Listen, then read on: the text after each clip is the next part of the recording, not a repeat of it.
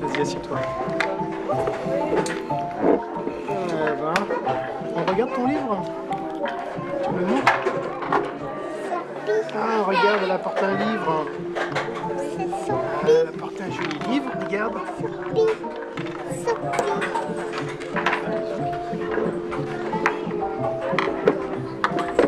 Bah, regarde, il y a Jeanne qui vient regarder ton livre aussi, Laurent, regarde. Il y a Jeanne qui veut voir ton livre aussi.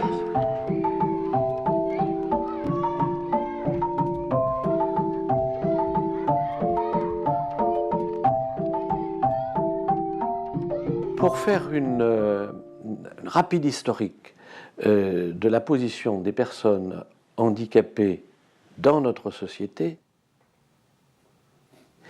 il faudrait rappeler que pendant des lustres, nous n'avons pas parlé de personnes handicapées, mais bien des infirmes, des incapables, des incurables, des impotents, des invalides. Tout un tas de mots qui disent qu'il manque quelque chose. Rappelez-vous, le terme infirme est composé de firmus en latin, qui dit la force, et qui dit aussi la santé. Et quand ça ne va pas, on va chercher l'infirmier pour soigner. Infirme. Et donc pendant longtemps, on a pris des termes négatifs, défectifs, disant qu'il manque quelque chose. Et au fil du temps, on a remplacé ces termes par un terme pris dans le sport et qui, d'une manière consubstantielle, indique l'égalisation des chances. C'est la notion de handicap et le terme de handicap. En 2005, on vote une loi pour l'égalité des droits, pour l'égalité des chances et pour la citoyenneté des personnes. Alors, la citoyenneté et l'égalité des droits, ça passe évidemment pour l'enfant par sa scolarisation. Alors, ce qu'il faut savoir, c'est qu'avant la loi de 2005, il existait déjà un système d'accompagnement des enfants qui étaient les plus lourdement handicapés. Il se faisait soit par des aides éducateurs qui étaient recrutés par l'Éducation nationale, mais aussi par des assistants. Puis dès 2004, on a vu disparaître progressivement ces personnels-là, qui d'ailleurs la plupart ont été repris par l'Éducation nationale, au profit des assistants de vie scolaire, donc les AVS, recrutés par l'Éducation nationale sur des contrats publics gérés par l'Éducation nationale et payés par l'Éducation nationale. La discrimination positive, jusqu'alors, les enfants avec des difficultés étaient traités dans des établissements spécialisés, dans des établissements à part, où ils retrouvaient des personnes ayant les mêmes problèmes qu'eux. La non-discrimination, dans son principe, ces enfants maintenant doivent pouvoir être accueillis avec tous les autres enfants. L'année dernière, on avait 444 enfants à la rentrée 2006 qui étaient accompagnés. Cette année, à cette rentrée, on en a 652. Donc ça, c'est vrai que, si vous voulez, cette montée en puissance de l'accueil et de la scolarisation des élèves handicapés pose le problème très différemment. Et que ce qui était vu au départ comme un accompagnement qui n'était pas extrêmement important, maintenant devient une composante de l'école. Et donc ça doit être réfléchi différemment. Violette, oui. Attends, je vais m'asseoir ici. Attendez, Lily, attends avant de monter. Enfin, attends aussi. Attention, Laurent, tu vas tomber. Assieds-toi bien. Comme ça, Tu attends, regarde. Tu attends un petit peu. On met dans le verre. Je le coupe en petits morceaux.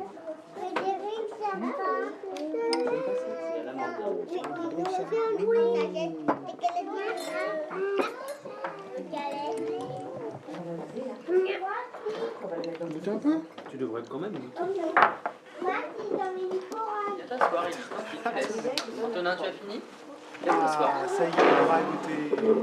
Alors un auxiliaire de vie scolaire, il peut accompagner sur tout ce qui est matériel. Par exemple, pour un enfant handicapé moteur, il va l'accompagner aux toilettes, il va l'accompagner sur la mise en place de son poste de travail ou de sa table, il va l'accompagner sur les temps de restauration, sur les temps d'éducation physique, etc., etc. Pour un enfant qui est handicapé visuel, je dis souvent l'AVS est ce que l'enfant n'est pas. Donc bon, c'est vrai que pour un enfant qui ne voit pas, eh bien l'AVS va déployer d'autres façons de faire qui vont lui permettre d'accéder à ce que l'enseignant fait. J'ai quelquefois l'impression que les choses se sont mises très vite en place. La loi de 2005 est arrivée, elle a été mise en place dans la foulée, et je ne suis pas persuadée que nous étions vraiment prêts à la mettre en application. Maintenant, d'un autre côté, on peut quelquefois attendre longtemps avant d'être prêt. Bon, ça s'est mis en place et puis on fait avec. Le premier jour, j'y suis allé les mains dans les poches, avec un petit calepin, un crayon, pour noter s'il y avait besoin de noter. J'en savais rien en fait. Aucune info. Et après, c'est vrai, c'est avec les enseignants, c'est en téléphonant aux anciens AVS. Et c'est des méthodes qu'il faut apprendre sur le terrain en fait. Il y a des gamins en face qui sont demandeurs d'un certain service quand même. Les parents aussi, on est là pour faire un travail, mais quand on se pose quel travail on va faire, c'est qu'il y a un hic quelque part.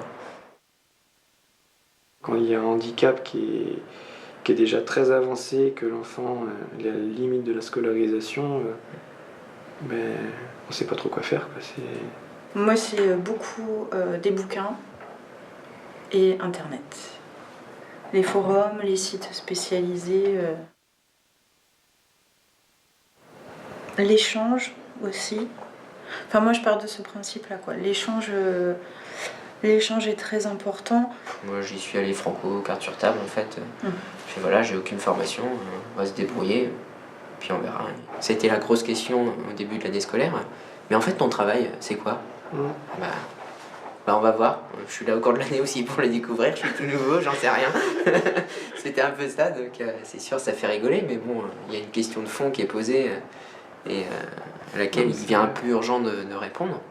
2005, obligation de scolarisation pour tous, y compris les élèves handicapés, et apparaît un nouveau champ de pratique professionnelle autour de l'accompagnement des élèves dans les classes, et entre autres avec les auxiliaires de vie scolaire.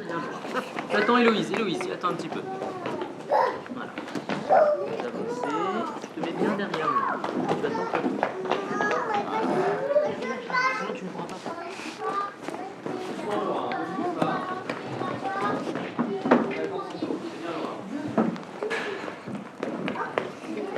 Attends Laura, ne me soucie pas. Violette, j'attends.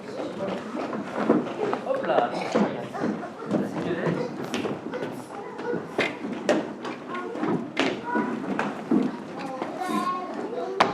Bien Laura, très bien.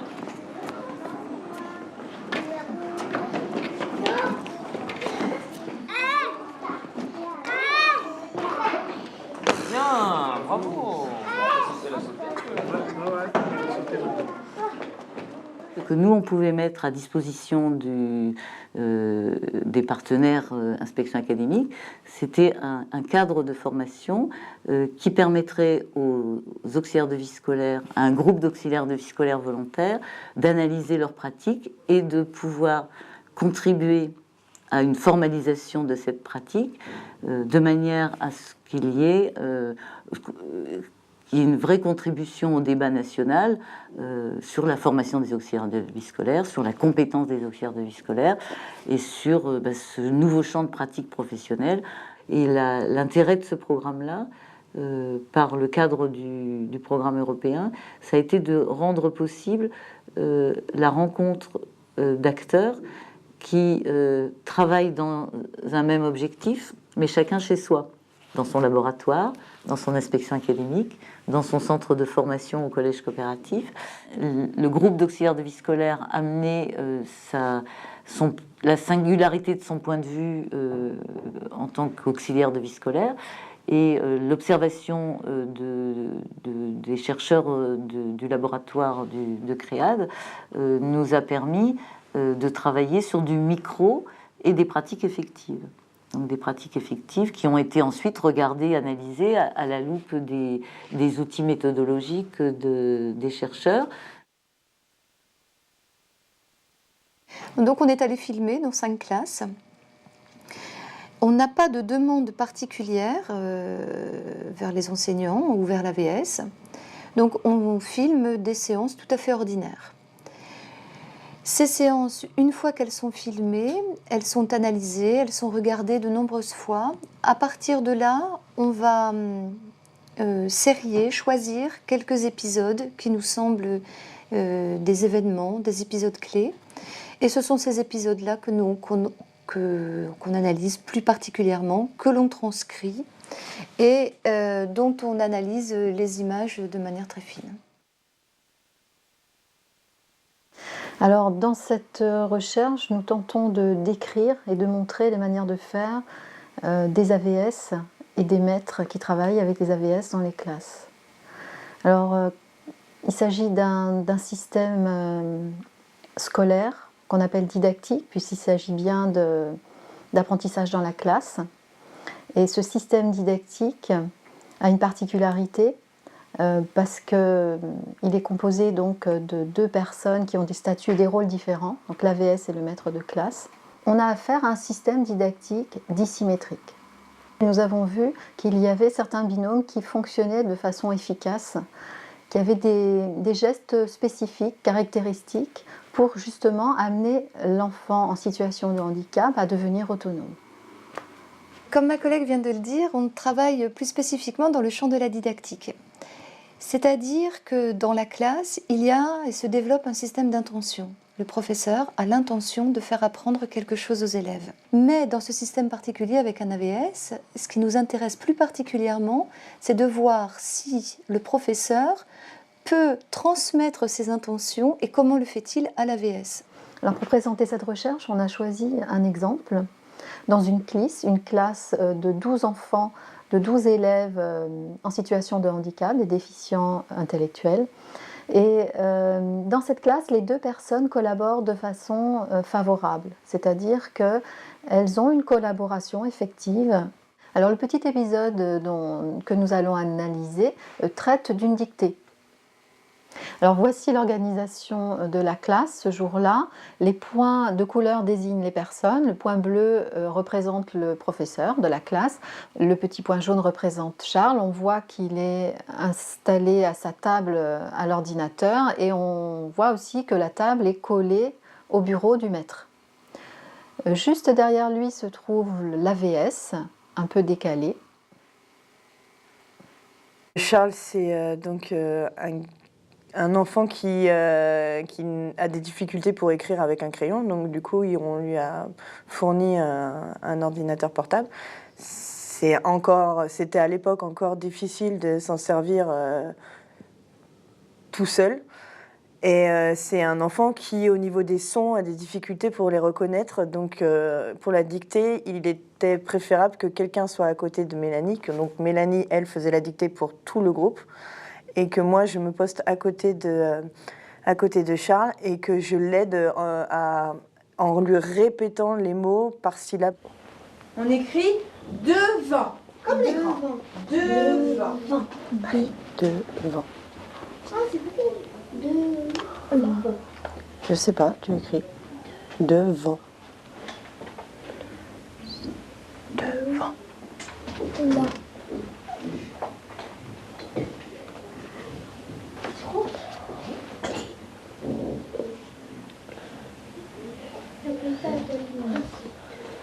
Devant, tu as écrit Camille.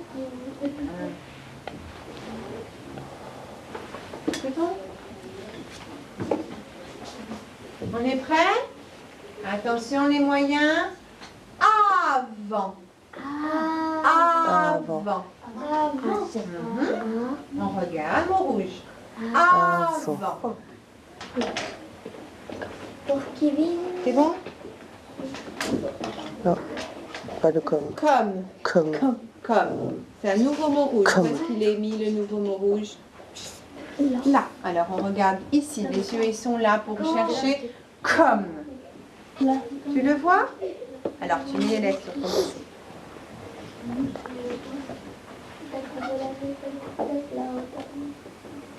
Et le maître s'éloigne. Il faut arrêter là. Hein. Alors sur cette image, que voit-on? Charles écrit un mot.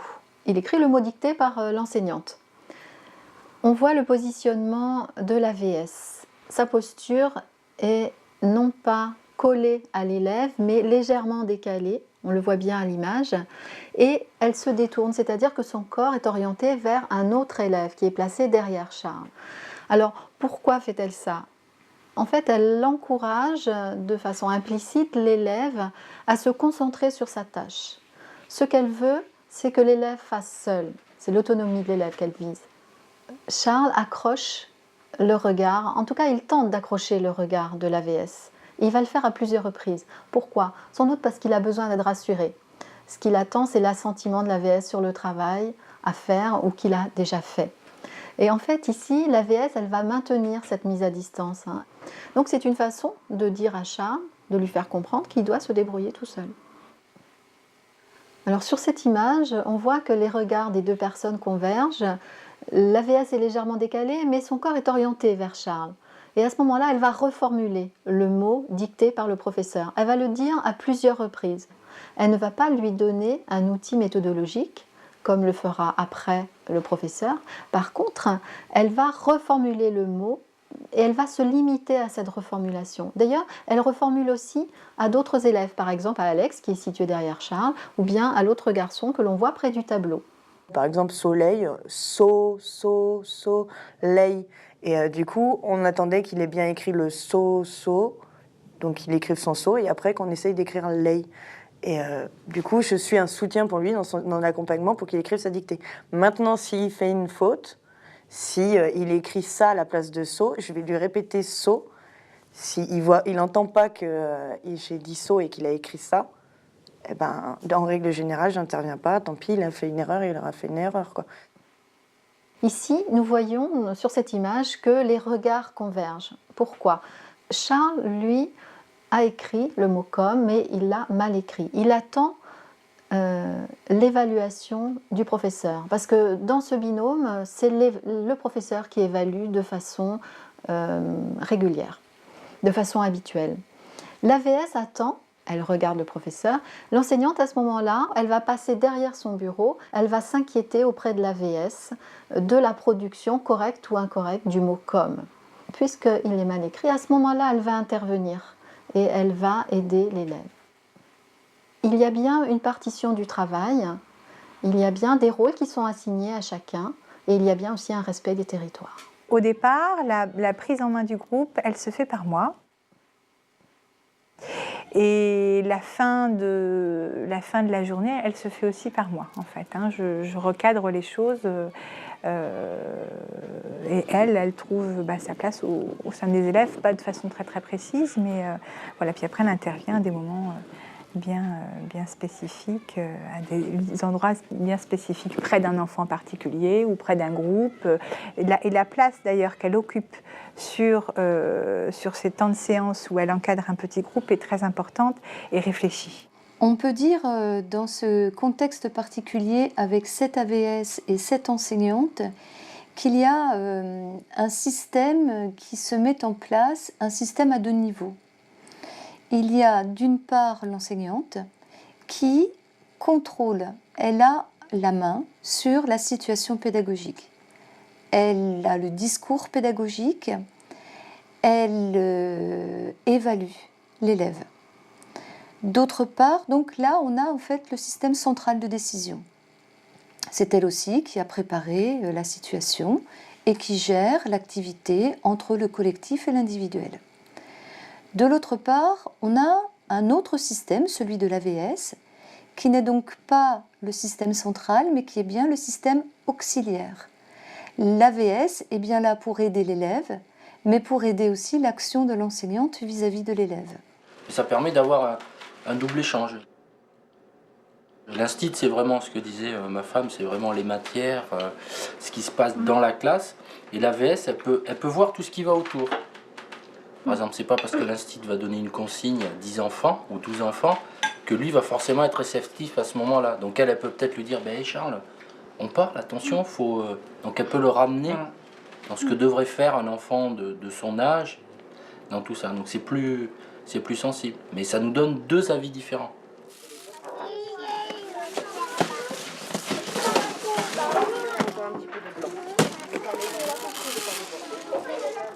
Ça va pas là, regarde.